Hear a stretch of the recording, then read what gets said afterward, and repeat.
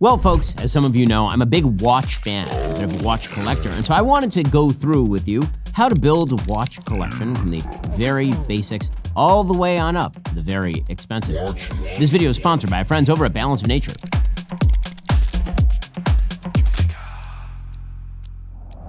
Well, folks, today we're not really going to get into the very, very expensive watch brands because, hell, you have to be really, really rich to afford those very expensive watch brands. Why don't we begin from the beginning? Why buy a nice watch in the first place? Now, the truth is, it ain't to keep the time, because if you really want a watch that keeps the time, your phone's going to do the best job.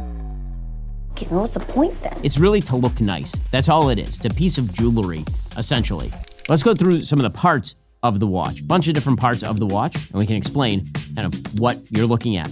Number one, the dial. Okay, this is the thing that everybody thinks of when they think of the watch. The dial is the face of the watch. Some of them are quite beautiful. Some of them are very plain. But that is the thing that people are mostly thinking of when they think of the watch. They're thinking of the dial of the watch. Second, there's the case. Sort of the part that goes right around the dial of the watch. Sometimes you'll see engravings on the inside. Rolex very frequently will have an engraving on the case of the watch. Then there's the crystal. That's the glass or the acrylic that's on the top of the watch. So older watches tend to feature acrylic. If you get like an old Rolex from the 1970s, for example, it's very easily scratched. I remember the first Rolex that I ever got was an older Rolex. It was very easy to scratch it, and I got irritated with it because every so often I'd just scratch it. I'd have to replace the lens. Then there are the lugs. The lugs are the things that are going to connect the case to the actual bracelet or strap of the watch, and they're usually connected by some form of pin or screws to the actual bracelet. Then you have the crown. The crown is the thing that you pull out. Depending on whether you have a watch that has a date on the face of it, on the dial of it, it may have 2 or 3 different settings when you pull out the crown of the watch. Okay, now you have the buckle. The buckle is the part that actually is going to hold it together, right? Just like a belt buckle. And then finally you have the strap or the bracelet. Strap is typically used for either cloth or leather, and bracelet is used for metal. Okay, those are the different parts of the watch. Okay, then you have different functions of the watch. So many watches will have complications. So a basic analog watch looks just like an analog clock, the YMCA clock with a couple of hands that are going around. Then you have a chronograph. Chronographs have the ability to push a button and time, so you can start and stop the clock. So a watch like the one that I'm wearing here, actually, okay, this is a Zenith Rolex Daytona. So they actually switched some of the dials in sort of the more modern Daytona. So this piece right here, this what looks like the second hand, is not in fact a second hand normally. You'll see that the part that's moving here is the second hand, right, at the 9 o'clock position.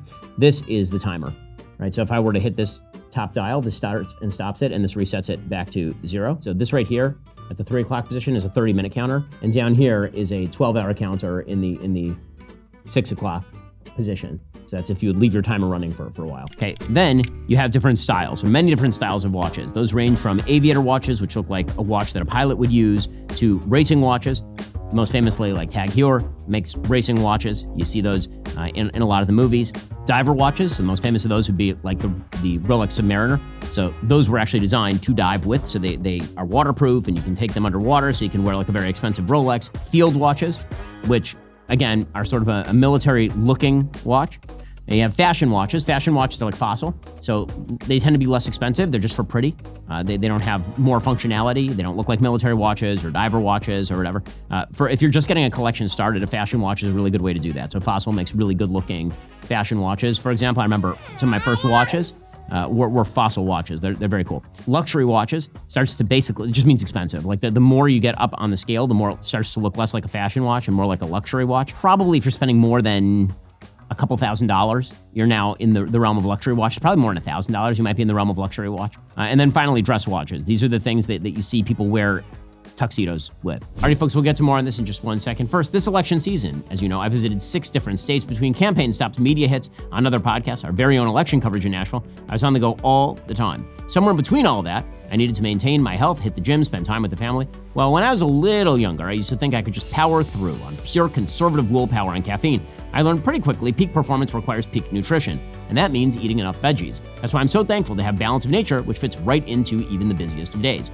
Imagine trying to eat 31 different fruits and veggies every day. That sounds miserable, it sounds time-consuming. With Balance of Nature fruits and veggies, however, there's never been a more convenient dietary supplement to ensure you get a wide variety of fruits and veggies daily.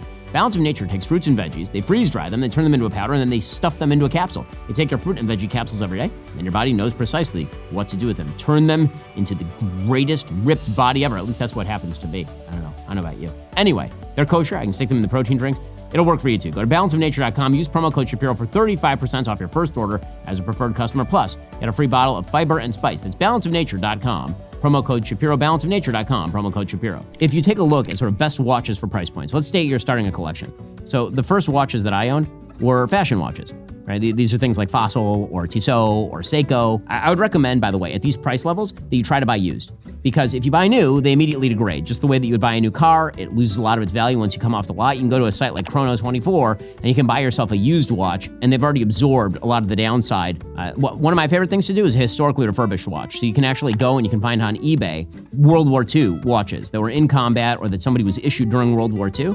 A lot of them don't run really well, but for a couple of $100, you can take it to a watchmaker and they can fix the guts of the watch, they can fix the insides of the watch, and then it'll run fine. This is one of my first watches. They are really quite tiny, very many of them. They look very small by today's standards, but it is very cool because you own a piece of history. So I recommend that to people who are looking at kind of that lower price point, but want something different, unique, and cool. So if you're building a collection, okay, and you're building a collection for the long term, you want to pass it on to your kids, you want it to increase in value over time, there's what are called the big three. The big three, I'm skipping forward a little bit. The big three are typically Patek Philippe, Vacheron Constantin, and Audemars Piguet. Those are known as the big three.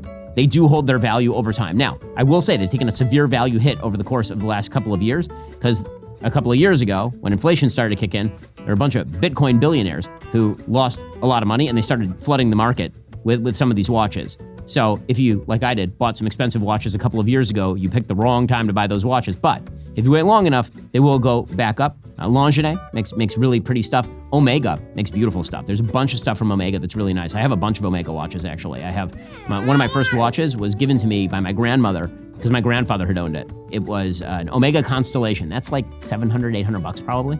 Some of the new Omega watches are really pretty. Like the James Bond watch, I really love. I wear that one all the time. Tag Heuer, as I mentioned before, you can get like a used tag for under $3,000. Breitling makes really pretty watches. One of my first watches was a Breitling Super Ocean. Again, folks, watch collection isn't for everyone, so I'm giving everybody sort of a gradation here of what you're willing to spend. And frankly, if you're looking for investment, buy stocks. Like don't buy watches if you're looking for an investment. It's more of a hobby than anything else. If you're looking up to like $10,000, then you could get a used Rolex Submariner, which is sort of the baseline as classic luxury watch. And there's so many watches that are based on the Rolex Submariner. One of the watch brands that's kind of in the under 10 grand range that's really beautiful and looks more expensive than it is a Jaeger-LeCoultre, JLC. Beautiful watch. There's one called the Reverso that's a very cool watch that actually has two faces on it, some of them. So it actually, you pop out the face of the watch, flip it over, screw it back in, and now it has a completely different face on the watch, which is really, really neat. Originally, it was designed for people who played polo.